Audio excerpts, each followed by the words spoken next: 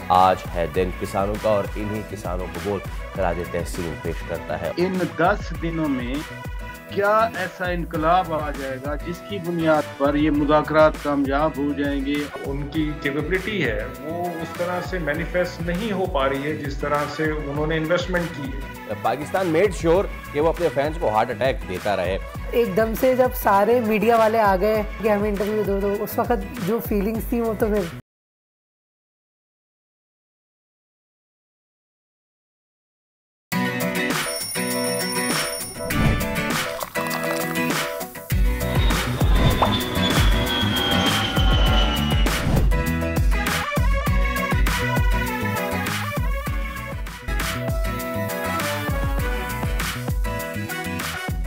अस्सलाम वालेकुम, खुश आमदीद। जी आया नो बखैर आगले भली करे आया। वर्षत के दुनिया बोल है के साथ मैं हूँ सोनिया सुंदर और मैं हूँ सैयद फैसल करीम। उम्मीद करते हैं कि आपके दिन का आगाज बेहतरीन हुआ होगा।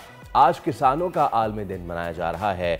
इंसान की ग़िज़ाई ज़रूरियत ज़्यादातर खेतों बागों से पूरी होती है और किसान ही हमारा वो मोहसिन है जो हमारे लिए खुराक की फराहमी को यकीनी बनाता है। जून जुलाई की जुलसा देने वाली गर्मी हो या दिसंबर जनवरी की जमा देने वाली ठंडक, ये हर मौसम की शिद्दत को बर्दाश्त करते हुए हमारे लिए ज़रूरियात का सामान मुहैया करते हैं। इनकी मेहनत से फ़ायदा उठाने वाले लोग तो मुआशी तरक्की के बामरूज पर पहुँच ही जाते हैं, लेकिन ये बेचारे किसान अक्सर व बेशतर मुआशी तरक्की के सफ़र में पीछे ही रह जाते हैं। ज़मीन का सीना चीर के और बीज बो के उसमें से मेरी और आपकी प्लेट तक अनाज पहुंचाने से लेकर मुल्क की मईशत का, पाकिस्तान के मुल्क की मईशत का 24% पहिया चलाने तक आज है दिन किसानों का और इन्हीं किसानों को बोल खराज तहसीन पेश करता है। और इसके साथ ही नजर डालते हैं बड़ी खबर पर। हुकूमत और पीटीआई ने मुज़ाकरात के मामले पर पेशरफ्त। तहरीक इंसाफ की सिविल नाफरमानी की कॉल वापस होते ही हुकूमती वुज़रा के रवैयों में नरमी। अंदर खाने क्या चल रहा है जानेंगे आज के प्रोग्राम में। पाकिस्तान का बहरी दिफा में मजबूत, BNS यमामा पाक बहरिया के बेड़े में शामिल, बैक वक्त सतह आब, ज़ेर आब और फिजा में जंग लड़ने की सलाहियत से less search and rescue operation के लिए भी मौजूद यरमूक class of shore patrol vessels के सिलसिले का चौथा जहाज है। पाक बहरिया में मॉडर्नाइजेशन से भारत की नींदें उड़ गई। हुकूमती इक़दाम या साबिक तलबा की काविशें। कराची में 2 दहाइयों बाद सरकारी स्कूल के तालिबे इल्म ने मैट्रिक इम्तहानात में टॉप पोजीशन हासिल कर ली। जवाल में डूबा दिल्ली गवर्नमेंट स्कूल अब एक बार फिर सबके लिए मिसाल बनता दिखाई दे रहा है। स्कूल के प्रिंसिपल और पोजीशन होल्डर तालिबे इल्म आज होंगे हमारे मेहमान। मिट्टी के बगैर सब्जियां उगाने का कामयाब तजर्बा। सवाब के ज़रिए तहकीकाती इदारे ने हाइड्रोपोनिक्स के जरिए सब्जियां उगाने का फार्मूला तरतीब दे दिया। किसान के कौमी दिन पर किसानों के लिए साइंसदानों का बड़ा तोहफा। दरियाफ्त ज़रूरी शोबे में इनकलाब बर्पा कर देगी। चलिए करते हैं प्रोग्राम का बाकायदा आगाज़। और पाकिस्तान की सियासत जो है वो मुख्तलिफ करवट लेती ही रहती है। हमने देखा कि कल बड़ी अहम खबर सामने आई। जो मुज़ाकरात की गाड़ी है वो गालबन आगे चलती दिखाई दे रही है, जब जेल से ये बयान सामने आया कि जो सिविल डिसोबीडियंस की जो कॉल थी उसको वापस लिया जा रहा है। एक तो ये चीज़ हो गई। दूसरी चीज़ ये भी कि ओवरनाइट एक बड़ी अहम डेवलपमेंट हुई है, उसकी बात करना बड़ा ज़रूरी है। मौलाना फजलुर रहमान और MQM की मुलाकात हुई और उस मुलाकात में MQM ने साफ बता दिया कि हम आपके साथ हैं मदारिस बिल पे। तो एक जानिब हम देख रहे हैं सिविल नाफरमानी की कॉल वापस ली गई है और जिसके बाद जो वुज़रा के रवैयों में नरमी देखने में आ रही, खुसूसन राना सनाउल्लाह, ख्वाजा आसिफ के बयानात। लेकिन दूसरी ही जानिब हुकूमत के लिए इस वक्त मुश्किल ये खड़ी हुई है कि वो एक तरफ से चादर ढांपते हैं तो दूसरी तरफ से चादर उड़ जाती है। अब MQM जो है उन्होंने मौलाना फजलुर रहमान का साथ देने का भी बात कर दिया। तो इसे बात कर लेते हैं। सीनियर तज़कियाकार शौकत पराचा साहब हमारे साथ मौजूद हैं। पराचा साहब गुड मॉर्निंग, अस्सलाम वालेकुम, बहुत शुक्रिया आपके वक्त का।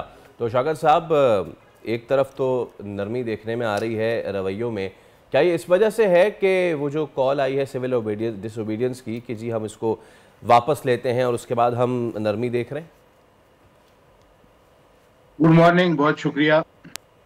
सिविल डिसोबीडियंस या सिविल नाफरमानी की कॉल वापस क्यों ली गई, ये सबसे बड़ी बात है और इसकी वजह जानना, इसके मुहर्रकात जानना बहुत जरूरी है। जिस दिन ये सिविल नाफरमानी की बात की गई थी उसी दिन जो PTI की पार्टी है अदर देन बानी चेयरमैन, किसी ने इसको ऑन नहीं किया था। सब कहते थे कि जी ये अभी बात हुई है, अभी हम इस पे बात करेंगे, हतमी फैसला, अली अमीन खान कहते रहे कि हतमी फैसला आएगा तो फिर बातचीत होगी। तो ये सिविल नाफरमानी तो शुरू से ही, पहले दिन से ही ये नॉन स्टार्टर था, इसमें कोई जान नहीं थी। और अब भी तो कह दिया गया ना कि सिविल नाफरमानी मुज़ाकरात देख लेते हैं, अगर 1 जनवरी तक मुज़ाकरात का कोई नतीजा ना आया तो फिर ये हमारी कॉल मौजूद है। तो अगर इतनी ज्यादा सियासी तकसीम है तो इन 10 दिनों में क्या ऐसा इनकलाब आ जाएगा जिसकी बुनियाद पर ये मुज़ाकरात कामयाब हो जाएंगे और जो है वो सिविल नाफरमानी की तहरीक जो है वो हमेशा के लिए ख़त्म हो जाएगी? ऐसी बात नहीं। दूसरा अहम बात इस सारे प्रोसेस में है मुज़ाकरात के लिए। देखें, जो ख्वाजा आसिफ साहब ने बात की, वज़ीर दिफा ने बात हुई है कि क्या ये मुज़ाकरात शेर अफजल खान मरवत करें, असद कैसर करें, वो चेयरमैन पीटीआई गौहर खान करें, शिबली फराज करें, जो मर्जी करें, क्या बानी पीटीआई खान साहब तस्लीम करेंगे हतमी आउटकम जो होगा? नो, क्योंकि फैसला उन्होंने करना है। ये जितने 100 MNAs हैं, इनकी क्या जरूरत है खान साहब? जी, वैसे शौकत साहब, तो लिहाजा जी sorry to cut you off here, हुकूमत ने पीटीआई से मुज़ाकरात के लिए जो ज़मानत मांगी है कि जो भी बातचीत में तय होगा इस पर बानी पीटीआई जो है वो अमल करेंगे, इन खबरों में कितनी सदाकत है? नहीं, बानी पीटीआई की गारंटी कौन देगा, यही तो सवाल है। देखें, माजी में 93 में नवाज शरीफ की हुकूमत गई थी, साथ इसाक खान ने भी रिज़ाइन कर दिया था, सदर थे वो, और जनरल काकड़ साहब ने जाकर ये रिज़ाइन लिया। फिर फारूक लगारी और सजाद अली शाह ने रिज़ाइन किया था, पीछे कुछ कुव्वतें थीं जिन्होंने ये गारंटी दी थी, या जो भी हुआ। NRO हुआ बेनज़ीर भुट्टो साहिबा के दरमियान, बेनज़ीर भुट्टो शहीद और जनरल मुशर्रफ के दरमियान, उसके गारंटर भी बाहर बैठे हुए थे मुल्क से। अब तो कोई नहीं है ना ऐसी चीज, यानी पाकिस्तान की एस्टेब्लिशमेंट के ही खिलाफ तो खान साहब लड़ रहे हैं। पहले तो एस्टेब्लिशमेंट बैठ के चीज़ों को देख के दो मुतारफ सियासी कुव्वतों को कहीं ना कहीं एडजस्ट करा लेती थी, बैठ के बात करें, आगे चलें। अब तो खान साहब जो है वो तो बार बार कहते हैं कि मेरी तो लड़ाई उन कुव्वतों के साथ। वो हकीकी आज़ादी का नारा लगाते हैं, वो हकीकी आज़ादी का नारा किसके खिलाफ? इसलिए इस वक्त जो हमारी टकराव है, इस वक्त जो तनाव है, वो ये नहीं है कि जी 2 हफ्ते आप मुज़ाकरात करें और 2 हफ्तों में क्या होना है जी। नंबर 1 कि जी 9 मई के लोगों को छोड़ दें, अब वो 26 नवंबर वो भी ले आते हैं, ये भी ले आते हैं, वो उसका क्या मसला बनेगा, क्या हल निकलेगा? फिर हमारा मैंडेट वापस करें। अगर आप शराइत की जो फहरिस्त है, लिस्ट है, वो देख लें, वो बहुत लंबी है। और फिर सबसे बढ़कर कल जो शेख रशीद ने बात की ना कि एक कब्र है और 2 लोग हैं, अब वो सियासी टर्मिनोलॉजी में ही बात हो रही है। ऑब्वियसली हम भी उसी कॉन्टेक्स्ट में ले रहे हैं इसको। खान साहब की जाती लड़ाई किस शख्सियत के खिलाफ है वो आपको भी मालूम है, वो ट्वीट्स में भी कहते रहते हैं। वो कहते हैं कि एक शख्स के 10 साल के इक़्तिदार के लिए पूरे मुल्क को दांव पर लगा दिया गया। वो कोई शहबाज शरीफ की, नवाज शरीफ की, आसिफ जरदारी की बात नहीं कर रहे होते, वो उन्हीं की बात कर रहे होते हैं जिनके साथ वो कहते हैं कि हम बातचीत अगर करना पड़ी तो हम उधर ही करेंगे। इसलिए ये 2 तकरीरों से जो 10-15 साल की एक पेचीदगी है सियासत में, वो मैं नहीं समझता कि 2 तकरीरों से वो ख़त्म हो सकती। अच्छा, वैसे शौकत साहब चलें, ये तो पता नहीं ऊँट किस करवट बैठे का मुज़ाकरात का, हम रोज़ बात कर रहे होते हैं इस पे और रोज़ाना ही कोई डेवलपमेंट आ रही होती है, लेकिन जो कंसोलिडेटेड जो है ना मामला, वो है जनाब आली जो कल गुज़िश्ता रात बहुत ही अहम मुलाकात हुई है MQM और फजलुर रहमान साहब के दरमियान। एक जानिब कहते हैं ना कि हुकूमत के लिए एक चीज़ ठीक हो रही होती है, पीछे से दूसरी चीज़ ख़राब हो जाती है। अच्छा, ये एक तो अपोजिशन जो कि ऑब्वियसली दर्द सर तो बनी हुई है, लेकिन प्रॉब्लम ये है कि जो फजलुर रहमान जो कि इत्तेहादी हैं, MQM जो कि इत्तेहादी है, अब वो दोनों एक इस चीज़ पे इकट्ठ हो गए जिसको हुकूमत मान नहीं रही है। इधर government is in hot waters, आपको मानना पड़ेगी ये बात। गवर्नमेंट तो from the beginning hot pot में है ना, गवर्नमेंट इसलिए हॉट स्पॉट है कि ये माइनॉरिटी गवर्नमेंट है, इसके पास तो अपनी इतनी नशिस्तें नहीं हैं कि ये किसी की बैसाखियों के बगैर चल सके। आपने एमकेएम की बात कर दी, कल एमकेएम निकल जाए तो गवर्नमेंट कहाँ रहेगी? जो सिंपल मेजॉरिटी है पार्लियामान में, सिंपल मेजॉरिटी नहीं रहेगी तो गवर्नमेंट तो पहले से ही ट्रबल में है। लेकिन हैविंग सेड दैट, जो मैंने पहले बात इस तरह की कि पीटीआई और हुकूमत के दरमियान हो ही नहीं सकता कोई किसी तरह का भी अंडरस्टैंडिंग या कोई समझौता, तो contrary to this one, MKM हो, नून लीग हो और जेयूआई हो, उनके दरमियान लड़ाई इतनी नहीं बढ़ सकती कि उनकी वजह से, मौलाना साहब की वजह से इस हुकूमत को खतरा पड़ सके।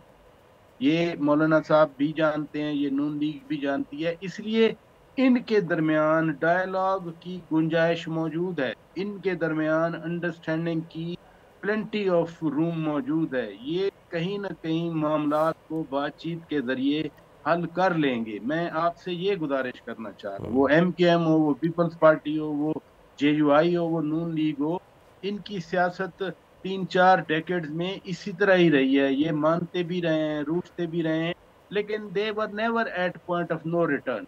जो पीटीआई जिस पॉइंट ऑफ नो रिटर्न पे पहुंच जाती है, मसलन अभी कल तो तकरीरें मुज़ाकरात की हो गई, 4 दिन पहले अली अमीन खान गंडापुर की आप तकरीर सुनने, वो फिर ललकार रहे हैं और उन्हीं को ललकार रहे हैं जिनको पीटीआई हमेशा ललकारती रहती है। इस हुकूमत को एक बात अंडरस्टैंड कर लें, इस हुकूमत को पीटीआई कुछ नहीं समझती। पीटीआई की क़यादत ये भी नहीं करती कि इनके साथ बैठकर कोई बातचीत के बारे में एग्जैक्टली पराची साहब, और कई मरतबा पीटीआई के रैंक से भी बात सामने आ चुकी है, मुज़ाकरात हम उनसे करेंगे जिससे मैटर करता है सबसे ज़्यादा। तो चलें, लेट्स सी व्हाट हैपेंस। बहुत शुक्रिया आपका, thank you so much for your time. तो पारियासत और रोज़ाना ही एक नई चीज़ आती रहती है सामने। अभी ब्रेक आ गई है जी, हम हमारी ब्रेक आ गई है, छोटी सी ब्रेक लेते हैं, ब्रेक के बाद वापस आते हैं। Let's take a break.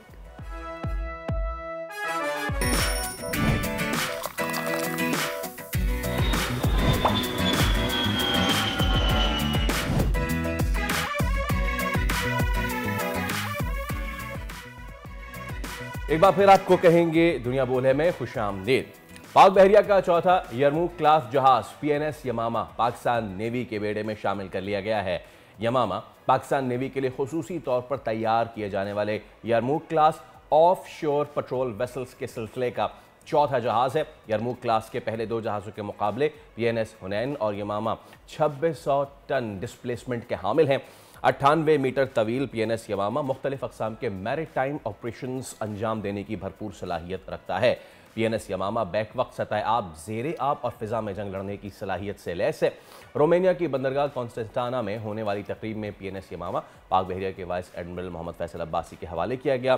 पाक बहरिया के लिए चौथा यरमूक क्लास ओपीवी 2600 भी रोमानिया के गालाटी शिप यार्ड में तैयार किया गया और यरमूक क्लास जहाज़ों को बेमिसाल खूबियों की बदौलत पाकिस्तान नेवी में गाइडेड मिसाइल कोच का दर्जा हासिल है। पीएनएस यमामा समेत यरमूक क्लास के तमाम जहाज सतह और फिजा में जंग के साथ सर्च एंड रेस्क्यू ऑपरेशन के लिए भी मौजू हैं। वर्टिकल लॉन्चिंग सिस्टम की मदद से पीएनएस यमामा सतह से फिजा में हदफ को निशाना बनाने वाले मिसाइल दाग सकता है। 76 mm मेन गन के साथ पीएनएस यमामा पर 20 mm की 2 सेकेंडरी गन्स भी नस्ब हैं। यरमूक क्लास के चारों जहाज़ों को इस्लामी तारीख की अहम जंगों से मंसूब किया गया है। पीएनएस हुनैन भी पाक बहरिया की क़ुव्वत इस्तादाकार में बेहतरीन इजाफा होगा। इसी पर बात करने के लिए हमारे साथ मौजूद हैं rear admiral retired Faisal Shah साहब। फैसल साहब अस्सलाम वालेकुम, very good morning and thank you so much for your time. तो सर, ये PNS Yamama Yarmook class of shore patrol vessels का एक चौथा जहाज़ है। सबसे पहले मैं चाहूँगा इसकी खुसूसियात से मुताल्लिक कुछ बताइए। देखिए, आपने इसकी सारी जो करेक्टरिस्टिक्स हैं वो तो बताई हैं कि इसमें गन भी है, मिसाइल्स भी हैं, सतह समंदर, ज़ेरे आप, ये सब डोमेन्स में काम कर सकता है और ये बड़ा ही वर्सेटाइल किस्म का जहाज़ है। यानी एक छोटा प्लेटफॉर्म है लेकिन उसकी जो काबिलियत है वो किसी बड़े प्लेटफॉर्म से कम नहीं है। पुराने ज़माने में यही सारी काबिलियत जो थी वो बड़े प्लेटफॉर्म्स में आया करती थी, लेकिन अब ये छोटे प्लेटफॉर्म में ही आ गई, जिसका एक फ़ायदा ये है कि ये खुद एक बड़ा छोटा टारगेट है, हाईली मैनूवरेबल है और दुश्मन को बड़े आराम से ये डॉज करके अपना वार कर सकता है। तो ये एक बड़ी काबिल कदर एडिशन है पाकिस्तान नेवी के जो ऑलरेडी इन्वेंट्री है उसमें। और इस तरह के जब ये चारों जहाज इंशाल्लाह आ जाएंगे तो फिर एक बड़ी अच्छी सलाहियत पाकिस्तान नेवी को हासिल हो जाएगी। और ये भी बताइएगा कि इन जहाज़ों की शमूलियत से जो भारतीय बहरिया है उस पर हमें एज कैसे हासिल हो सकेगा?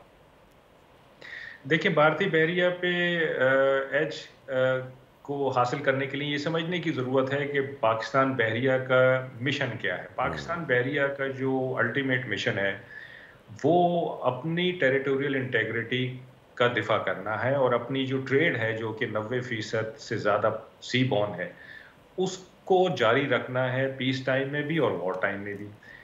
तो इस तरह के जो जहाज़ होते हैं उनको बेसिकली एक लेयर डिफेंस सिस्टम में लगाया जाता है, यानी कि आगे बड़े जहाज़ होते हैं, फिर दरमियाने साइज़ के, फिर छोटे साइज़ के, और वो एक कंप्लीट डिफेंस मैकेनिज्म बेसिकली बनाया जाता है जिसमें कोई गैप ना रहे। तो जब आपके यहाँ कोई गैप नहीं रहेगा तो आपका दुश्मन उस गैप को एक्सप्लॉइट नहीं कर सकता। तो ये जहाज़ उस गैप को फिल करने में एक बहुत अहम किरदार अदा करेगा। फैसल साहब, पाकिस्तान बहरिया की मॉडर्नाइजेशन से भारत क्यों परेशान है? भारत इसलिए परेशान है कि भारत पिछले कोई 25-30 साल से अपनी नेवी में इन्वेस्ट कर रहा है और उस इन्वेस्टमेंट के बाद भी आज उनको ये फील हो रहा है कि एक तरफ चाइना है, दूसरी तरफ पाकिस्तान है, तो उनकी ये सारी इन्वेस्टमेंट अभी भी काफ़ी नहीं है। पहली बात तो मैं आपको ये बताऊं कि अगर वो परेशान हो रहे हैं और घबरा रहे हैं तो ये एक बड़ी खुशआइन बात है आपके लिए भी और मेरे लिए भी, क्योंकि फोर्सेस का एक असल मकसद ये होता है कि अपने दुश्मन को या अपने ओपोनेंट को परेशान करें, घबराएं। और मेरा ख्याल है कि पाकिस्तान नेवी इस मिशन में कामयाब हो गई है। पहली बात तो ये। दूसरी चीज़ ये है कि उनको मुझे ये लगता है कि वो अपनी गवर्नमेंट को और अपनी इस्टेब्लिशमेंट को शायद ये प्रेशर करना चाहते हैं कि जी हमारे यहाँ आपने इतनी इन्वेस्टमेंट की है, लेकिन वो इन्वेस्टमेंट अभी काफ़ी नहीं है क्योंकि हमारे दोनों तरफ बड़ी नेवीज़ सामने आ रही हैं। अच्छा, फिर इन्होंने प्लेटफॉर्म्स और इक्विपमेंट तो बहुत बना लिए, कई अरसे से बना रहे हैं, लेकिन आप इनका देखें कि इनके रेट ऑफ एक्सीडेंट बहुत ज़्यादा है। पिछले 7 साल में तो 4 दफ़ा इनकी सबमरीन्स पाकिस्तान नेवी ने पकड़ी हैं। तो जो क्वालिटी ऑफ ट्रेनिंग है, जो क्वालिटी ऑफ मैन पावर है, उसका भी एक इनको खौफ है कि ठीक है इक्विपमेंट और प्लेटफॉर्म हमारे पास आ गया है, लेकिन हम उस पाए की ट्रेनिंग और क्वालिटी ऑफ ह्यूमन रिसोर्स जो है वो प्रोड्यूस नहीं कर सके जो इन प्लेटफॉर्म को ऑप्टिमली यूज़ करें, यानी इनका बेस्ट यूटिलाइजेशन कर सकें। तो अब ये सब चीज़ें मिलके उनकी घबराहट में इजाफा कर रहे हैं। फैसल साहब, आपने बड़ा राइटली पॉइंट आउट किया और जिसमें जो सबसे मेमोरेबल इवेंट था वो था जब ऑपरेशन स्विफ्ट रिटॉर्ट के गालबन बिल्कुल अगले ही दिन न्यूक्लियर सबमरीन डिटेक्ट हो जाना। मैं चाहूँगा as a soldier, as an expert, आप ज़रा बताइए दुनिया को कि अगर किसी की न्यूक्लियर टेक्नोलॉजी पकड़ी जाए, न्यूक्लियर सबमरीन पकड़ी जाए, वो कितनी बड़ी हजीमत होती है। देखिए, न्यूक्लियर सबमरीन जो है ना एक बहुत ही कीमती असासा होता है और ये जंग के आखिरी दिनों में यूज़ करने के लिए होता है। इसको आप शुरू में कभी यूज़ नहीं करते और चाहते ये हैं कि ये पता ही ना चले किसी को कि ये कहाँ पर है, ताकि कोई इसको ना आइडेंटिफाई कर सके ना इसको अटैक कर सके। लेकिन आप शोमे किस्मत देखिए या उनकी नाअहली, मैं इसको कहूँगा कि इसमें ज़्यादा उसका दखल है कि उनकी न्यूक्लियर सबमरीन इस जो ये पुलवामा इंसिडेंट था इसके शुरू में ही पकड़ी गई। तो यानी आपकी जो अल्टीमेट कैपेबिलिटी थी, आपकी वो कैपेबिलिटी पाकिस्तान नेवी के जहाज़ के निशाने पर थी। पाकिस्तान नेवी का जहाज़ चाहता तो इसको अटैक कर सकता था। सबमरीन के पास तो हवाई जहाज़ के ख़िलाफ़ कोई दिफा नहीं होता। हवाई जहाज़ सबमरीन को बड़ी आसानी से अटैक कर सकते और हमारे हवाई जहाज़ ने उसको आइडेंटिफाई कर लिया, उसको ट्रैक किया और फिर उसको मजबूर किया कि वो हमारे पानियों से निकल जाए।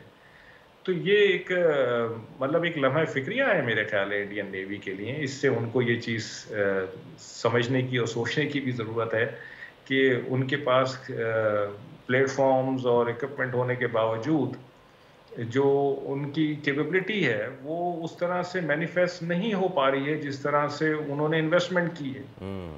और फैसल साहब, I would like to quote जो कि ग़ालिबन हफ्ता पहले जो इंडिया के जो नेवल चीफ हैं त्रिपाठी साहब, वो बड़ा कंसर्न शो कर रहे हैं। उन्होंने अपने बयान में कहा है कि चाइना की मदद से पाकिस्तान की नेवी जो है वो सरप्राइजिंगली बड़ा ग्रो कर रही है।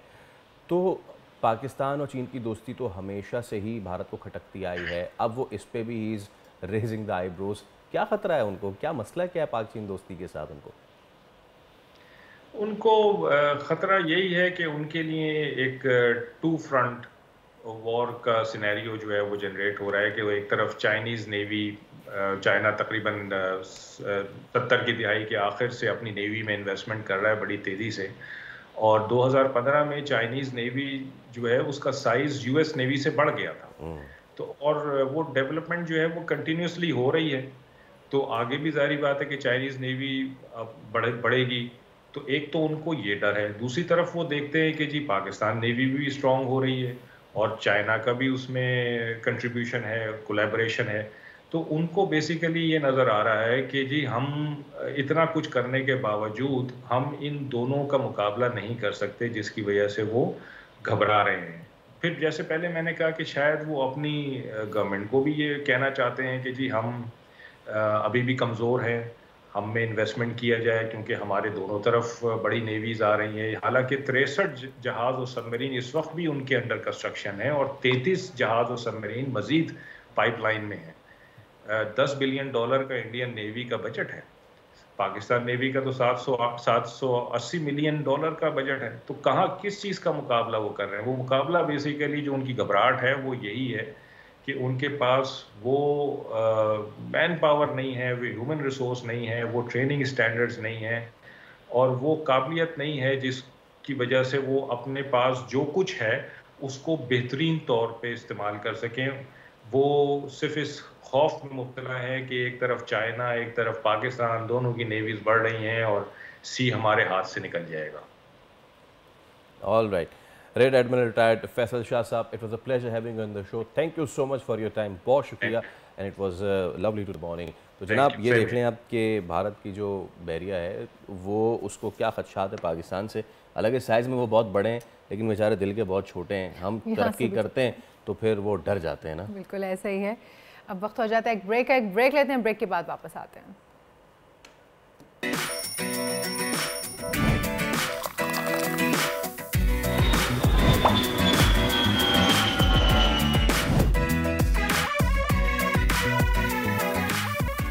वेलकम बैक जनाब, उम्मीद करते हैं आपका दिन अच्छा गुजर रहा होगा। वक्त हो जाता है वेदर अपडेट्स का। आइंदा 24 घंटों के दौरान मुल्क के बेशतर इलाकों में मौसम सर्द और पहाड़ी इलाकों में शदीद सर्दी और मतलब अबर आलूद रहने का इम्कान है। महकमा मौसमियात के मुताबिक बालाई खैबर पख्तूनख्वा, कश्मीर, गिलगित बल्तिस्तान में चंद मकामात पर हल्की बारिश और हल्की बर्फबारी एक्सपेक्टेड है।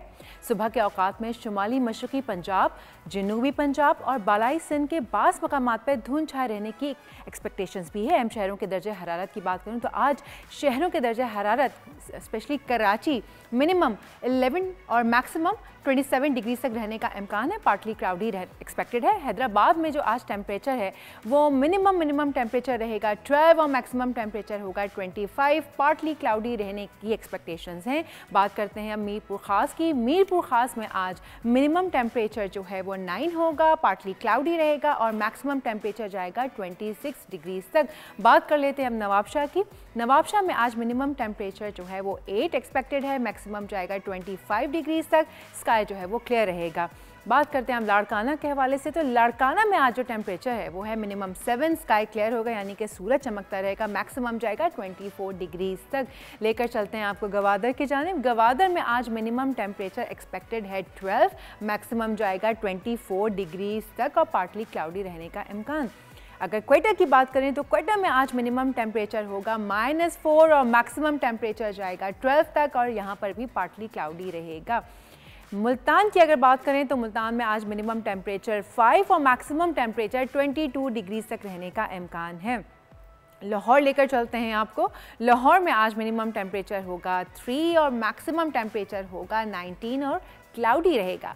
फैसलाबाद में मिनिमम टेम्परेचर होगा 3 और ज़्यादा से ज़्यादा 21 डिग्रीज तक रहने का इम्कान। शहर इक़्तिदार यानी कि इस्लामाबाद की बात करें तो इस्लामाबाद में आज मिनिमम 2 रहने का इम्कान है और मैक्सिमम जाएगा 18 डिग्रीज तक। सो ये थी आज की वेदर अपडेट्स। बढ़ते हैं अब प्रोग्राम के बक़े हिस्से के जानिब। Faisal, over to you. बहुत शुक्रिया सोनिया। जैसे कि आपको पता है कि जैसे जैसे ग्लोबल वार्मिंग का जो इफ़ेक्ट है वो पूरी दुनिया में फैलता जा रहा है, बहुत सारे शोबे इससे मुतासर होते जा रहे हैं। कहीं सॉइल एरोजन यानी मिट्टी का ख़राब होना है, कहीं पानी की कमी है। अब इसके लिए आपको पता है कि ज़राअत सबसे ज़्यादा मुतासर होती है, लेकिन पाकिस्तानी जो हैं वो किसी से भी पीछे नहीं हैं। एक शख्सियत ने यहाँ पे स्वात के इलाके में एक तजर्बा किया, ज़राई तहक़ीक़ाती इदारे ने, और हाइड्रोपोनिक्स के ज़रिए सब्ज़ियाँ उगाने का उन्होंने कामयाब तजर्बा किया है। अब ये हाइड्रोपोनिक्स जो है पूरी दुनिया में हो रही है, जहाँ जहाँ पे सॉइल एरोजन हो रही है या फिर जो वाटर स्ट्रेस्ड एरिया जहाँ यानी कि जहाँ पे पानी की कमी है, तो वो तमाम तर लोग जो किचन गार्डनिंग और वो ख़वातीन जिनको हरियाली का घर में शौक़ होता है वो ज़रूर ये सेगमेंट देखें। हमारे साथ मौजूद हैं डॉक्टर रोशन अली साहब जो कि डायरेक्टर एग्रीकल्चर इंस्टीट्यूट हैं। हम उनको वेलकम करते हैं। डॉक्टर साहब, सबसे पहले तो बहुत बहुत शुक्रिया, thank you so much for your time. और मुझे बताइएगा कि मिट्टी के बग़ैर पौधा उगाना पूरी दुनिया में तो ये हो रहा है, हम पाकिस्तानी जो हैं इसमें अभी क्या कहाँ किस लेवल पे हैं, और माशाल्लाह से आप लोगों ने जो तजुर्बा किया है तो क्या कुछ उग चुका है इसमें, कितना कामयाब तजुर्बा था ये? औज़ुबिल्लाहिमिनश्शैतानिर्रजीम, बिस्मिल्लाहिर्रहमानिर्रहीम। शुक्रिया बोलती ये ज़री तहक़ीक़ाती इदारा मिंगौर अस्वात जो है ये क्लाइमेट चेंज के हवाले से बहुत सारे वो रिसर्च इधर हो रही है, जिनमें एक ये है एरोपोनिक, यानी बग़ैर मिट्टी के हम वेजिटेबल्स और ख़ासकर लीफी वेजिटेबल जो है इसका वो हमने एक्सपेरिमेंट किया और बहुत सक्सेसफुल जा रहा है।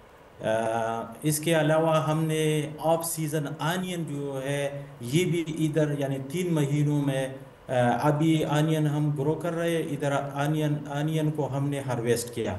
इस तरह ये दरख्त जो है इसको हम ड्रिप लगाते हैं और इसमें हम न्यूट्रिएंट और इस तरह ये चीज़ें, तो ये हम क्लाइमेट चेंज के हवाले से मुख्तलिफ किस्म के रिसर्च इधर हो रही है, जिनमें ये लीफी वेजिटेबल वाला जो हमने किया है इसमें ये कि हर किस्म की वेजिटेबल जो है वो आसानी के साथ हम इसमें ग्रो कर सकते हैं बग़ैर मिट्टी के।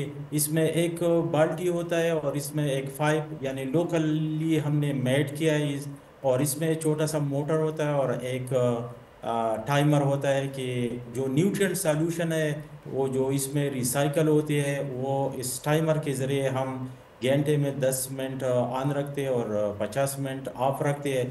तो लीफी वेजिटेबल्स जो है ख़ासकर इसमें धनिया, सलाद, प्याज और मेथी, इसमें हमने स्ट्रॉबेरी भी की है और इस तरह ज़ाफ़रान भी हमने की है, तो बहुत सक्सेसफुल जा रहे हैं और इस पे इतना ज़्यादा ख़र्चा भी नहीं आता। अच्छा, वैसे डॉक्टर साहब कुछ सब्ज़ियाँ ऐसी होती हैं और कि जो सारा साल ही मिलती हैं, जैसे हरा धनिया, लीमू, हरी मिर्चें वगैरह, कुछ होती हैं जो ख़ास मौसम में आती हैं यानी सर्दियों में आती हैं या गर्मियों में आती हैं, तो ये जो टेक्निक है इसके ज़रिए क्या हम अदरवाइज़ भी सब्ज़ियाँ उगा सकते हैं, जो गर्मी की सब्ज़ियाँ वो सर्दी में उगाई जा सकती हैं?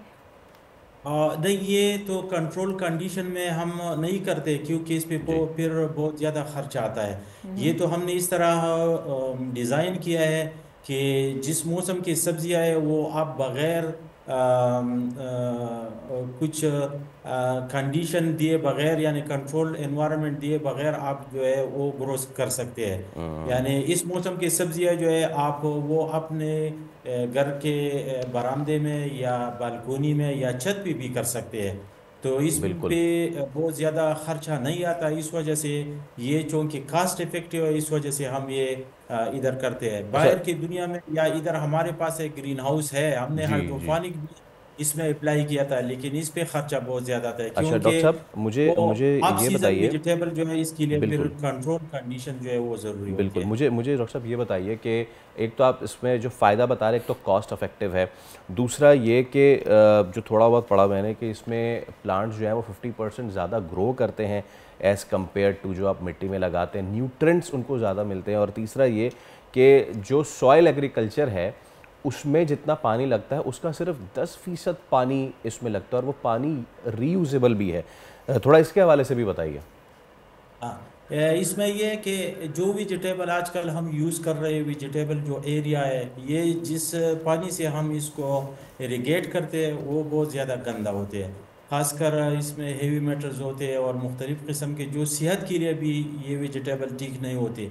तो इसमें फ़ायदा ये है कि जो साफ़ पानी हम इसमें यूज़ करते हैं वो कम पानी यूज़ होती है, और ये है कि ये साफ़ पानी होती है, इसमें वो फिर वो पॉल्यूशन जो है वो भी इसमें कंट्रोल होता है, और बहुत कम पानी जो है इसमें यूज़ होते हैं। और ये है कि जो पौधे को 13 ग़िज़ाई असल में 16 ग़िज़ाई अनासिर इसको चाहिए। 3 ग़िज़ाई अनासिर जो है ये तो पानी और हवा से लेते हैं, बाकी 13 ग़िज़ाई अनासिर जो है हम ये सॉल्यूशन में डालते हैं। तो ये पौधे को जो 13 एसेंशियल न्यूट्रिएंट्स इसको हम कहते हैं वो इसमें पानी में हम दे देते हैं। तो इस वजह से इसका ग्रोथ भी अच्छा होता है, और इसमें सॉइल में जो बीमारियां होते हैं, सॉइल बोर्न डिजीज़ हम इसको कहते हैं, जी तो चूंकि इसमें सॉइल नहीं होता है तो इसमें वो डिजीज़ भी कम होते हैं, इस पर स्प्रे भी नहीं होता है इसकी कंट्रोल करने के लिए। तो ये सेहत के लिए भी अच्छे है, और ताज़ा सब्जियां जो है यानी ब्यूटिफिकेशन भी है, और ये है कि ताज़ा सब्जियां भी अपने घर में जो कि मौसम के मुताबिक है वो मिल सकते हैं। और आखिर में ये भी बता जाएं कि क्योंकि इसमें कोई खाद या पेस्टिसाइड यूज़ नहीं होती, तो ये तो बड़ा एनवायरनमेंट फ्रेंडली तरीका भी है। सब्जियां भी अच्छी हाँ, रहेंगी। एनवायरनमेंट फ्रेंडली है खाद तो ये इस तरह है कि इसमें जो न्यूट्रिएंट हम डालते हैं तो वो खाद के लिए, यानी जिस तरह मार्केट में अवेलेबल है ये यूरिया डीएपी इस तरह के फर्टिलाइज़र इसमें नहीं होते, इसमें वो फूलियर यानी लिक्विड के फॉर्म में होते हैं, और वो इसमें हम डालते हैं तो न्यूट्रिएंट तो हम इसको दे देते हैं। लेकिन ये है कि वो सही होता है, यानी साइल में जब हम न्यूट्रिएंट डालते हैं तो वो ज़ाया होते हैं, इसमें ये है सही। कि ज़ाया नहीं होते, ये रिसाइकल होते हैं और पौधे जो है चलिए इसकी ग्रोथ ठीक है भी। डॉक्टर रोशन साहब, थैंक यू सो मच, और उम्मीद करते हैं कि आपका जो ये तहकीकाती इदारा है इसी नए तरीक़े मुतारिफ़ कराता रहे, क्योंकि पाकिस्तान जैसे मुल्क में जहाँ पे पानी की कमी का रोना हम रोते रहते हैं, सॉइल इरोजन हम देखते रहते हैं, तो इस तरह की अगर चीज़ें हो जाए तो बड़ा ज़बरदस्त है। सुनिए बिल्कुल ऐसा ही है। अब वक्त हो जाता है एक ब्रेक का, ब्रेक लेते हैं और फिर वापस आते हैं।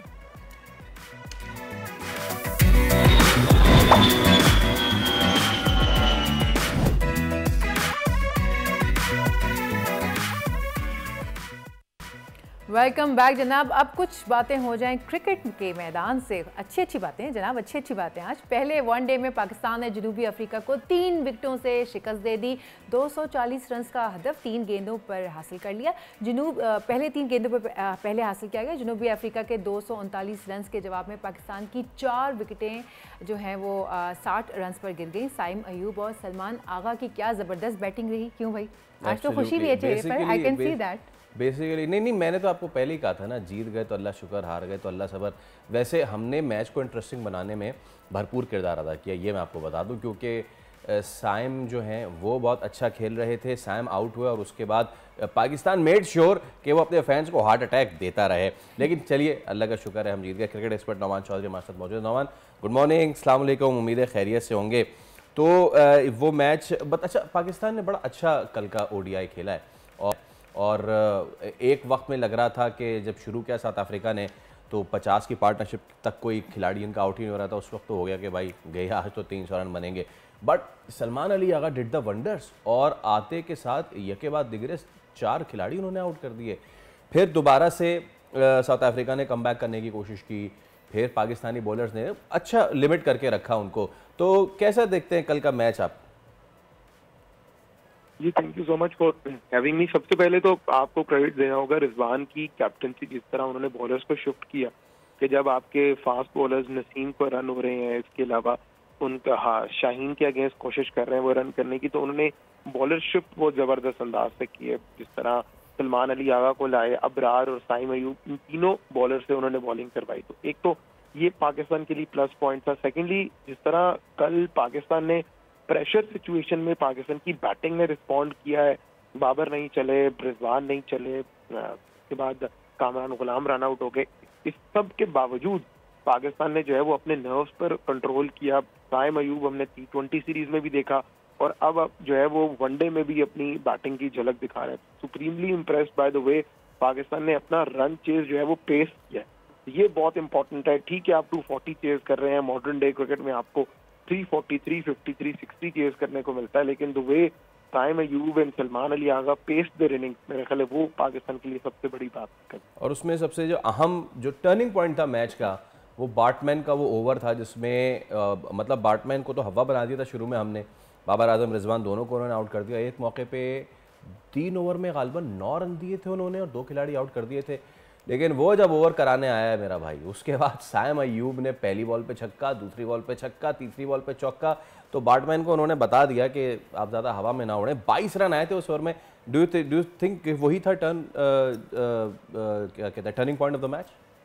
जी हाँ, एब्सोल्युटली। अब देखें, अब दोनों, जिस तरह मैं इनिंग्स पेस करने की बात कर रहा था, तो दोनों प्लेयर्स ने ये मेक श्योर किया कि चूंकि टारगेट जो है वो रिक्वायर्ड रन रेट 6.5 का, तो we got to make sure कि हम मैच को डीप लेके जाएं। और ये क्रिकेटिंग फिलॉसफी में आपको भी इसका आइडिया होगा कि ये चीज कही जाती है कि जितना आप टारगेट को डीप लेके जाएंगे, मैच को डीप लेके जाएंगे, बैटिंग टीम को फायदा होगा। तो उन्होंने यही किया कि कोई एक आध बॉलर एक आध ओवर जो है वो टारगेट करके रखा हुआ था, और उसमें जैसे ही रन आए तो पाकिस्तान मैच में वापस आ गया। तो ये एब्सोल्युटली राइट कि वो एक ओवर बैट्समैन के जहाँ 20 ऑड रन, 22-26 रन उन्होंने लिए पाकिस्तान ने, वहां से पाकिस्तान के हक में मैच गया। देन उसके बाद दुबई आगा ने जो है वो आखिर तक खड़े रहे, चाहे इरफान नियाजी आउट हो रहे हैं, शाहीन आउट हो रहे हैं, साइम आउट हो रहे हैं, लेकिन आगा ने कंपोजर जो है वो बहुत जबरदस्त रखा। तो ये पाकिस्तान के लिए इंपॉर्टेंट है। सलमान अली आगा, मैं कल पढ़ भी रहा था, लोगों ने ट्वीट किया था कि जो इंजमामुल हक का रोल था पाकिस्तान की बैटिंग में, ओडीआई क्रिकेट में, वो सलमान अली आगा निभा रहे हैं। टेस्ट में भी हमने इन्हें देखा, ऑस्ट्रेलिया सीरीज में बड़ी जबरदस्त बैटिंग की है, तो ऑब्वियसली एक बहुत बड़ा एसेट है सलमान अली आगा भी पाकिस्तान के लिए। अच्छा, ये बताइए कि बॉलिंग की बात करें तो कल पाकिस्तान की तरफ से सिवाय एक विकेट के सारी विकेट्स जो हैं वो स्पिनर्स ने ली हैं, तो बॉलिंग के लिए क्या कहेंगे आप? बाकी देखिए, सबसे पहले तो मैच के बाद जो पोस्ट मैच कॉन्फ्रेंस होती है उसमें साउथ अफ्रीका के कैप्टन हेनरिक क्लासन ने कहा है कि कोई 10-15 साल से वो इस ग्राउंड में क्रिकेट खेल रहे हैं, और जिस तरह कल बॉल यहाँ पर पहले 20 ओवर 15 ओवर के बाद टर्न हो रहा था, उन्होंने आज से पहले कभी इतना टर्न और ग्रिप और ड्रिफ्ट होते नहीं देखा। तो कुछ ना कुछ विकेट में स्पिनर्स के लिए मौजूद था। हमने साउथ अफ्रीका से देखा, तबरेज शम्सी ने बड़ी अच्छी बॉलिंग की। अब पाकिस्तान को आप यहाँ क्रेडिट देंगे कि उन्होंने रीड बहुत अच्छा किया सिचुएशन को। जैसे सलमान अली आगा को तब लाया गया जब 10 ओवर में लगभग 70 रन हो चुके थे, तो ये बहुत एडवांटेज पे था पाकिस्तान के कि वो आए और उन्होंने पहले ओवर में बाउंड्रीज दी, लेकिन उन्होंने आउट किए। तो मेरा ख्याल है ये हॉर्सेस को कॉस्टली भी है कि जिस विकेट पे स्पिनर्स डोमिनेट कर रहे हैं वहां आप बेहतर अंदाज से स्पिनर्स को खिलाएं। लेकिन एक जो मेरे लिए सबसे बड़ा कंसर्निंग पॉइंट है वो आपकी ये रिस्की अप्रोच है कि आप हर मैच में 4 स्पेशलिस्ट बॉलर्स के साथ जाते हैं। कल भी Pakistan 4 specialist front line seamers के साथ गया है। जो 5वां बॉलिंग ऑप्शन है वो पाकिस्तान ने अपने पार्ट टाइम बॉलर्स को इस्तेमाल किया। तो ये मुझे हैरत की बात है कि कहीं आप बड़े टूर्नामेंट्स में जाके ये चीज़ बड़े ओपोनेंट के अगेंस्ट कहीं बैकफायर न करते। हाँ, अच्छा, इसमें एक ये भी है कि ऑल्दो के हम कल पार्ल में खेल रहे थे, और मैं थोड़ा सा फ्यूचरिस्टिक ज़रा सवाल करूँगा बिकॉज आगे हमने जो टेस्ट सीरीज़ खेलनी है वो एक टेस्ट हमने खेलना है सेंचुरियन और दूसरा केप टाउन में खेलना है। क्या अभी ये क्वेश्चन रेस करना बनता है नवान के जिस साजिद खान ने हमें इतना पूरी सीरीज़ जिताई उसको हमने इंक्लूड नहीं किया है? So do you think it was a correct thing, या फिर हम इसको आगे चल के कभी डिस्कस करें जब टेस्ट सीरीज़ जो है वो आने वाली हो? देखिए, इसमें आई पर्सनली बिलीव 2 अप्रोचेज हो सकती हैं। नंबर 1 तो जो हसन अली ने कहा है, उन्होंने एक बयान दिया कि प्लेयर के कॉन्फिडेंस के लिए ये चीज़ बहुत ज़रूरी होती है कि अगर उसने आपको सीरीज जितवाई है, मैच जितवाई, तो आप उसको कैरी करें। ये बात एक तरफ, लेकिन अगर आप रियलिस्टिकली स्पीकिंग देखें तो ओवरऑल साउथ अफ्रीका में जो हिस्ट्री है, अभी श्रीलंका भी टूर करके गई है, उससे पहले भी साउथ अफ्रीका में जो सीरीज होती रही है, आप साउथ अफ्रीका विजिटिंग टीम्स को खास तौर पे साउथ एशियन टीम्स को हमेशा ऐसी विकेट्स पे क्रिकेट खिलाता है जहां पर फास्ट बॉलर्स के लिए हेल्प मौजूद हो। तो आई डोंट थिंक सो कि साजिद खान को हम इतना मिस करेंगे, और ये साउथ अफ्रीका की रीत रवायत रही है। उन्होंने श्रीलंका को भी 46 पे आउट किया, पाकिस्तान ने भी जब 2014 में यहाँ सीरीज खेली तो हम भी कोई 50 प्रॉब्ली 40 ऑट पे ऑल आउट हो गए। बिल्कुल, और हमें नौमान फिर ये भी देखना होगा कि क्योंकि world test championship is at stake और साउथ अफ्रीका का बड़ा अच्छा चांस है, तो वो कैसे मैं पिच देता है, बात की बात है, तीसरा ओडीआई भी रहता है और वक्त की कमी है तो आपसे मजीद बात नहीं हो पाएगी। आगे इंशाल्लाह आपसे मजीद बात होती रहेगी। थैंक यू, साथ आप मौजूद थे।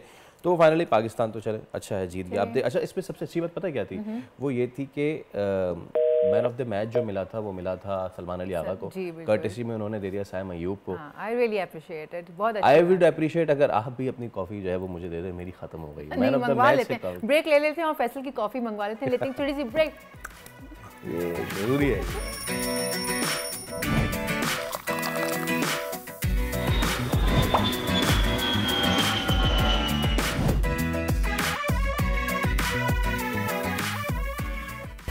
एक बार फिर आपको कहेंगे दुनिया बोले में खुश आमदीद। देखने वालों को हम ये बताएं कि आज वर्ल्ड माइग्रेंट्स डे है, यौम महाजरीन, और इसी दिन की मुनासबत से जो आजकल दुनिया में खबर छाई हुई है वो है यूनान कश्ती हादसा। दर्जनों पाकिस्तानी जो हैं वो ताहाल लापता हैं। लोग अपने बेहतर मुस्तक़बिल की खातिर ये कदम उठा तो लेते हैं, लेकिन उसके बाद जब इस तरह के हादसात सामने आते हैं तो यकीन माने कि इसको बयान करना भी मुश्किल हो जाता है। ऑल्दो के गवर्नमेंट ऑफ पाकिस्तान जो है उन्होंने वहाँ पे एक रिलीफ डेस्क भी कायम किया है, they are trying to trace. लेकिन इस वक्त सिचुएशन क्या है, हमारे नुमाइंदे जो हैं यूनान से, ग्रीस से हमारे साथ मौजूद हैं रफ़ाकत हुसैन। रफ़ाकत, पाकिस्तानी हाई कमीशन की जानिब से अब जो हेल्प डेस्क कायम किया गया है उसके हवाले से भी कुछ बताइए प्लीज़, और जो करंट सिचुएशन है उस हवाले से भी। जी, इस वक्त जो ताज़ा तरीन सूरत हाल है वो, और जो यूनानी कोस्ट गार्ड की तरफ से जो रेस्क्यू ऑपरेशन था उसको बंद कर दिया गया है। अभी तक जो हमें डेड बॉडीज मिली हैं वो टोटल 7 हैं, जिनमें से 5 पाकिस्तानी हैं, उनकी शनाख्त पाकिस्तानी होने की हुई है, और सफारतखाना पाकिस्तान ने उनको अपने पाकिस्तान रवाना करने के लिए कागजी जो कार्रवाई है उसका आगाज़ कर दिया है, ताकि जल्द से जल्द उन मैतों को उनके प्यारों के हवाले किया जाए। इस पर थोड़ा सा प्रोसेस लगता है, 2 से 4 दिन लग जाते हैं उनकी डॉक्यूमेंटेशन मुकम्मल करते हुए। बाकी अभी जो सफारतखाना पाकिस्तान ने एक टीम जो वज़ीर-ए-आज़म पाकिस्तान ने तश्कील दी थी, उनके जो मेम्बरान हैं वो अभी तक उसी जजीरे क्रीती में मौजूद हैं, ताकि जो मुतलका हुक्मरान इदारे हैं उनके साथ बातचीत करके जो लेटेस्ट है उस पर अवाम को बताया जाए। लेकिन मैं बताता चलूँ कि अभी भी दर्जनों पाकिस्तानी तारकीन वतन, चले दूसरी कौमियत की तो हैं, लेकिन अभी भी दर्जनों पाकिस्तानी, अगर हम कहें कि 60, 70, 80 के करीब पाकिस्तानी जो लापता हैं, जो समंदर की नज़र हो गए हैं, उनके बचने की अब जो उम्मीद है वो बिल्कुल ही ख़त्म हो चुकी है। ये कहना था जो रेस्क्यू ऑपरेशन कर रहे थे कि 72 घंटे से ज़्यादा हो चुके हैं। समंदर जो है वो बहुत ज़्यादा ख़राब था और सर्दी बहुत ज़्यादा थी, इसलिए अब किसी का भी ज़िंदा बचना जो है वो तकरीबन नामुमकिन नज़र आ रहा है। ठीक है रफ़ाकत, बहुत शुक्रिया, आपने अपडेट किया और दिस इज़ वेरी अलार्मिंग। चलिए इस पर आगे चल के बात करेंगे। अब ज़रा आपसे हम ऐसी खबर हम शेयर करना चाह रहे हैं कि जो I have seen that school, और हमारे ज़माने तालिब इल्म से पहले हम उसके बारे में सुनते थे, बड़ा ज़बरदस्त स्कूल है। यकीनन बहुत सारे अवामिल रहे जिसके बाद वो स्कूल जो था अपनी शान और शौकत बरकरार नहीं रख सका, लेकिन फिर उसी स्कूल के पास आउट्स उन्होंने इस चीज़ का बेड़ा उठाया, उन्होंने स्कूल को दोबारा रिफर्निश किया सारी चीज़ें, और फिर जो वहाँ के असातिज़ा हैं, जो वहाँ के हेड मास्टर हैं, जो चीफ़ हेड मास्टर हैं, उन सब की मुश्तरका काविशों से ये चीज़ सामने आई है कि 28 साल बाद किसी सरकारी स्कूल के तालिब इल्म ने मैट्रिक के इम्तहानात में टॉप पोजीशन ले ली है। 28 साल बाद। मैं बात कर रहा हूँ कराची का जो एक बहुत ही मशहूर है Delhi government boys college school, और वहाँ के स्टूडेंट हैं अब्दुल राफ़े, उन्होंने पहली पोजीशन हासिल की। और अच्छी बात यह है कि सिर्फ राफ़े नहीं, ओवरऑल रिज़ल्ट स्कूल का बड़ा ज़बरदस्त आया है, बहुत ही ज़बरदस्त। तो आज हमने ना सिर्फ राफ़े को बुलाया है बल्कि वो तमाम तर लोग जो कहते हैं ना, कामयाबी हम एक शख्स को आगे करते हैं लेकिन उसके पीछे जितनी मेहनत होती है ना, उन सबको जी उसको हमने सबको बुलाया। तो हमारे साथ आज मौजूद हैं एक तो अब्दुल राफ़े तारिक साहब, जो कि माशाल्लाह से टॉप पोजीशन होल्डर हैं। बहुत शुक्रिया राफे फॉर कमिंग। इनके साथ हमारे साथ मौजूद हैं अली खान मुजराज साहब जो कि चीफ हेड मास्टर हैं। सर आपकी भी काविशें, बहुत शुक्रिया तशरीफ़ लाने के लिए। और मसूर वारसी साहब जो कि प्रेसिडेंट हैं Delhi school old boys welfare association के, तो आप सबका मैं शुक्रिया अदा करना चाहूँगा। Thank you so much for coming. अच्छा, पहले तो भाई जो वंडर बॉय है उनसे हम स्टार्ट करेंगे। हाँ भाई, कैसा फील कर रहे हैं आप टॉप पोजीशन मार के?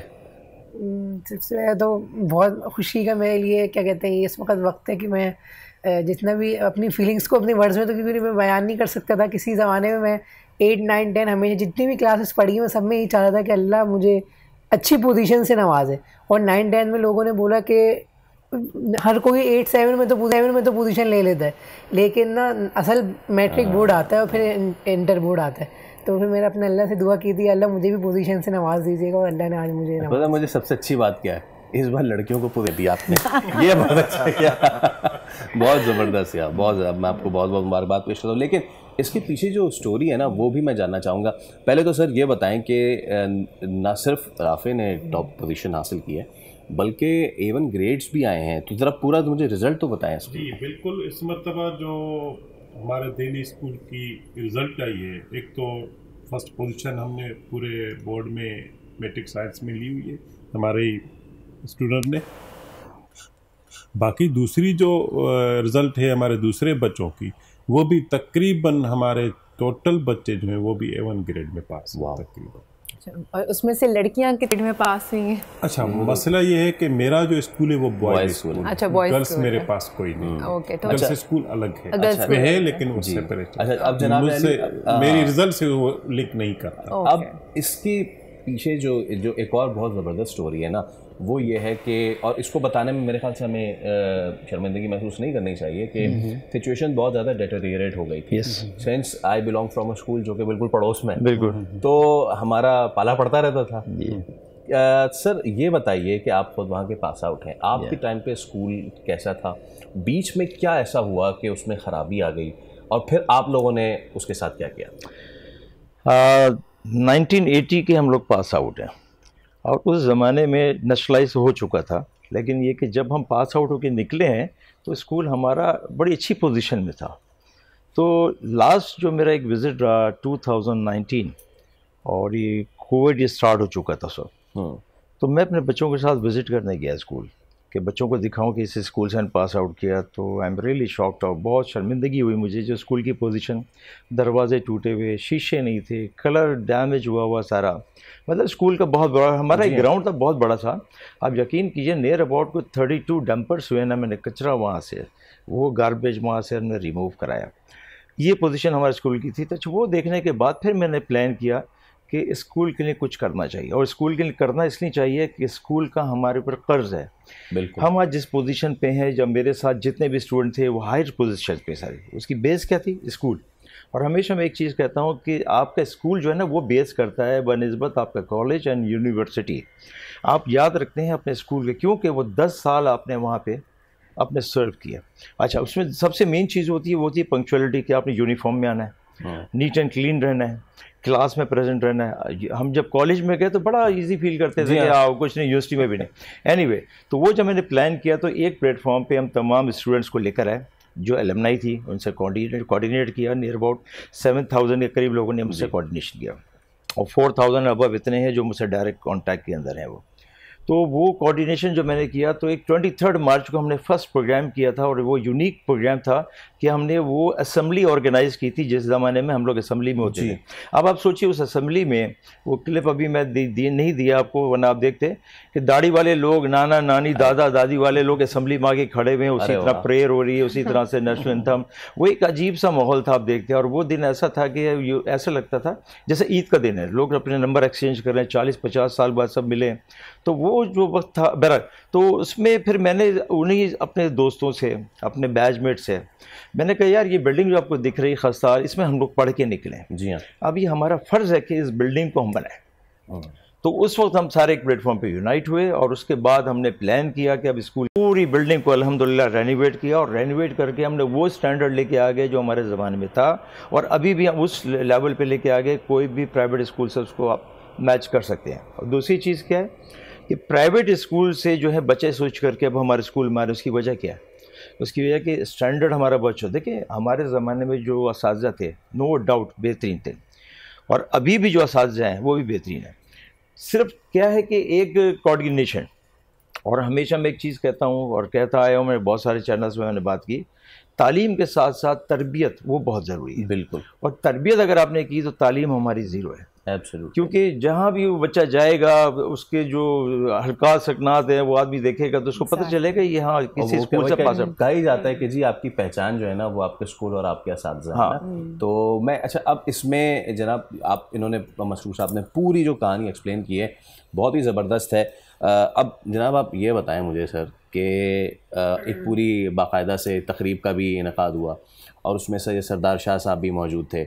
ये वाली कैसी फीलिंग होती है कि जब आप पास आउट हों, आप अपने वालिदैन को लेकर जाएं, आपको स्टेज पे बुलाया जाए, आपको इनाम से नवाजा जाए, कैसी फीलिंग होती है? और ये बताओ कि पैसे शैसे मिले होंगे हर तरफ से ना, कितने अब तक जमा? तुम्हारी तो ईद से पहले ईद ही हो गई है। बताएं।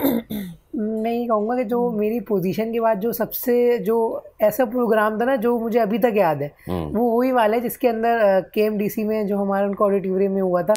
उसके अंदर एक तो जब हम अंदर आ रहे थे तो इतनी अच्छी उन्होंने वेलकम किया। उसके बाद जब सरदार अली शाह आए और उनको वेलकम किया, फिर उन्होंने स्पीच दी और स्पीच देने के बाद जो उन्होंने भी अपनी तरफ से गिफ्ट दी, उन्होंने मतलब स्कॉलरशिप भी दी मुझे यूनिवर्सिटी के लिए, और 2 लाख रुपए भी मुझे उस वक्त अनाउंस कर दिए थे और लैपटॉप भी उन्होंने मुझे दिया। और उसके बाद एकदम से जब सारे मीडिया वाले आ गए और सब एक साथ आ गए कि हमें इंटरव्यू दो, तो उस वक्त जो फीलिंग्स थी वो तो फिर वो आपके चेहरे पे ही हमें नजर भी आ नहीं। फैसल का पूछने का मतलब था कि आपको तो ओल्ड वॉइस की तरफ से उन्होंने थोड़ा सा बताया, मेरे ख्याल से इनको पता है कि आगे ज्यादा बताएंगे ना तो इनकम टैक्स वाले ना भी देख रहे होंगे। ये बहुत अच्छी बात है कि बच्चे को इस तरह से अप्रिशिएट किया जाना ताकि बाकी बच्चे भी मोटिवेट हों और आगे बढ़ें। सोनिया ये फर्स्ट टाइम ऐसा हुआ है कि कराची में मैट्रिक बोर्ड में बहुत बच्चों ने, अच्छा ये भी एक चीज़ थी कि लोगों का कॉन्सेप्ट था कि प्राइवेट स्कूल से ही बच्चे टॉप करें, बस अच्छा 2nd 3rd पोजीशन बच्चियों ने लिए वो प्राइवेट स्कूल से।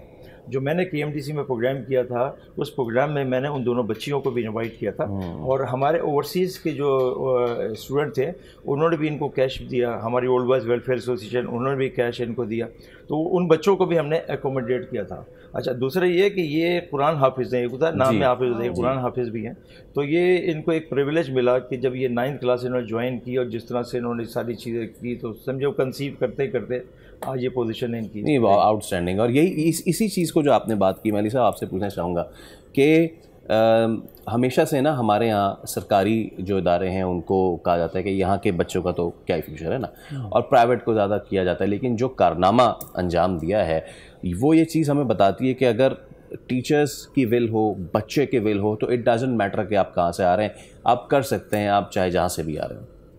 जी फैसल भाई, इस वक्त पोजीशन ये कि हमारे गवर्नमेंट के जो भी इदारे हैं, स्कूल हैं हमारे माशाल्लाह, तो ये जो आप बहुत बात बोल रहे हो कि प्राइवेट सेक्टर को ज़्यादा तरजीह दी रहे, हाँ मैं मानता हूँ वो, क्योंकि वहाँ का माहौल ये होता है कि वो नीट एंड क्लीन ज़्यादा होता है और उसकी बनस्पत प्राइवेट को इसकी तरजीह दी जाती है कि उसमें जो है वो ज़्यादा मेंटेनेंस होता है बनस्पत गवर्नमेंट के इदारों के हिसाब से।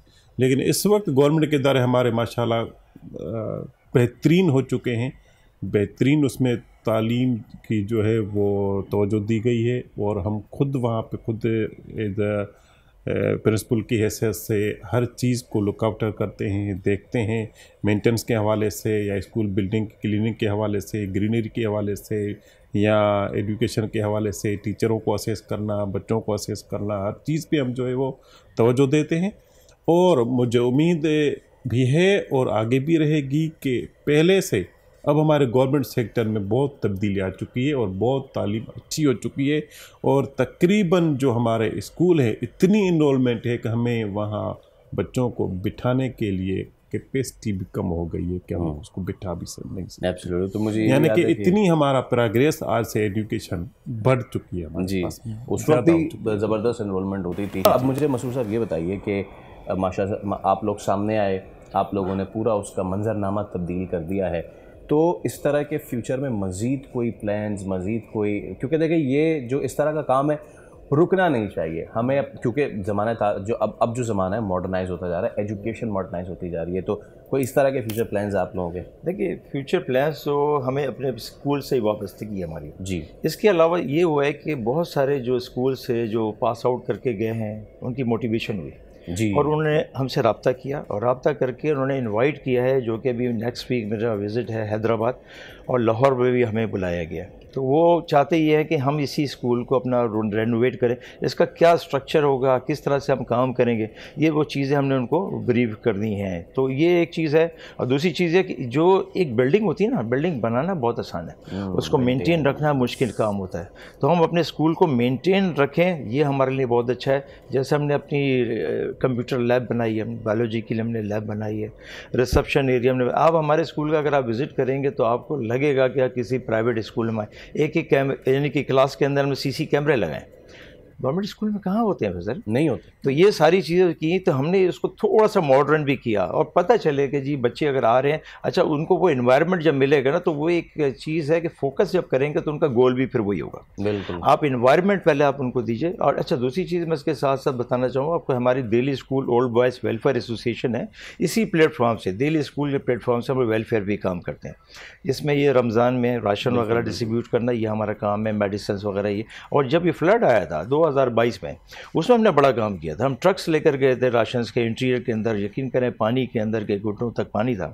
उसमें मेरे साथ, और वो मेरे साथ जो बहुत सारे लोग हैं आप देखेंगे उनकी दाढ़ी इतनी है और वो दिखते हैं मुझसे ज़्यादा ही, लेकिन वो मेरे साथ एक वो था जुनून जिसको कहना चाहिए कि बस कि स्कूल के प्लेटफॉर्म से हम काम कर रहे हैं। तो उन्होंने मेरे साथ वो काम किया। सर्दियों में गए हम, लिहाफ गद्दे हमने वहाँ पे वो डिस्ट्रीब्यूट किया। यही जज्बा जो है उसने स्कूल की जो है वो काया पलट करके रख दी ना। अच्छा अब राफे मुझे ये बताएं कि now you are the position holder, क्या फ्यूचर प्लान्स हैं आपके, खुद आप क्या करना चाहते हैं? मेरा फ्यूचर प्लान तो इंशाल्लाह, क्योंकि कंप्यूटर की फील्ड और आगे आने वाला दौर ही कंप्यूटर का है, तो अभी तो मेरा ये है कि अभी जो बिल्कुल करंट पे तो एआई चल रही है एआई, तो मैं ये चाहता हूँ कि मैं इंशाल्लाह एआई में आगे जाऊँगा अभी अपने इंटरमीडिएट के बाद। और मैं चाहता हूँ कि इंशाल्लाह एब्रॉड जाके अपनी पढ़ाई इंशाल्लाह। भाई हाफिज़ अब्दुल राफ़े साहब, मसरूर वारसी साहब और अली खान साहब, आप तीनों का बहुत शुक्रिया। और ये मिसाल हमें जो आज जो दिखी है वो ये कि आप करना चाहें तो आप सब कुछ कर सकते हैं, और नहीं करना चाहते तो आप शिकायत और शिकवे सब कर सकते हैं। और वो देयर इज अ वे, वही वाली बात है। अब वक्त हो जाता है एक ब्रेक का, ब्रेक लेते हैं, ब्रेक के बाद वापस आते हैं।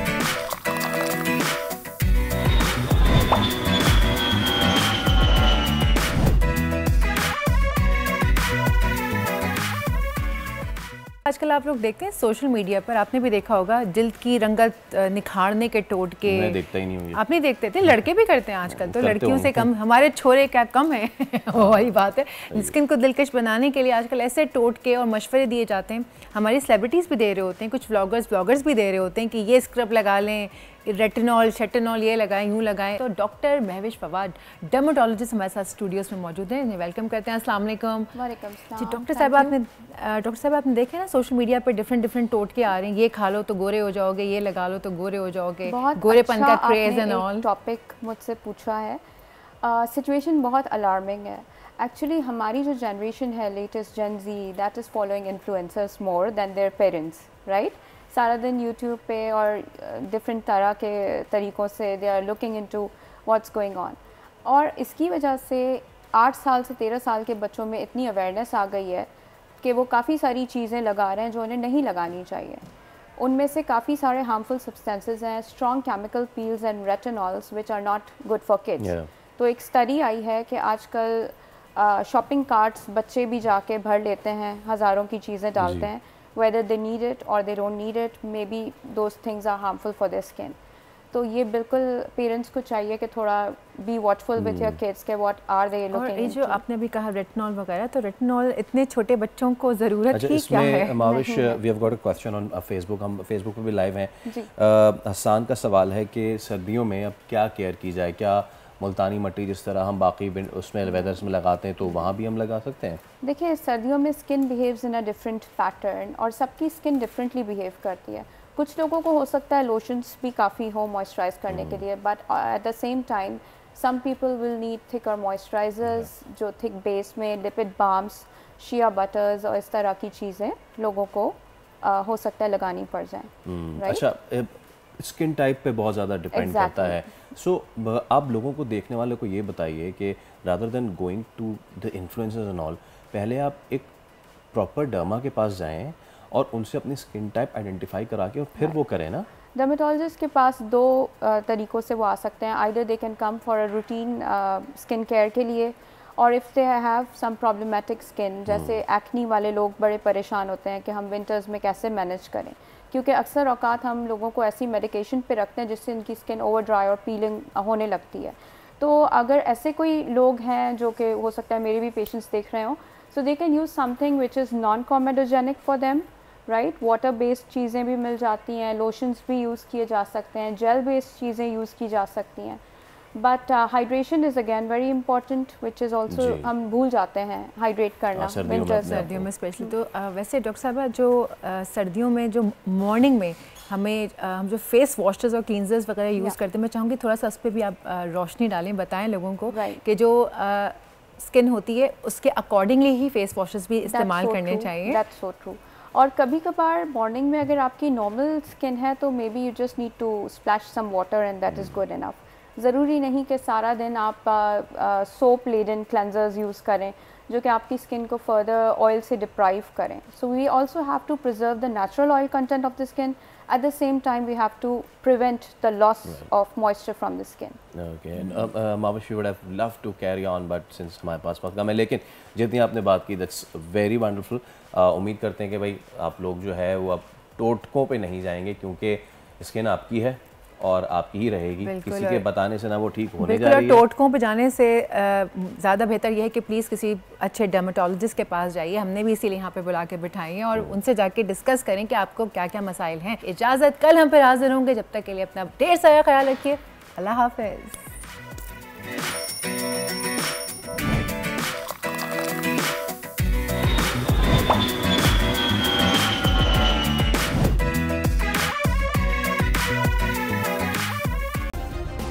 सब्सक्राइब करें और बेल दबाएं ताकि कोई खबर रह न जाए।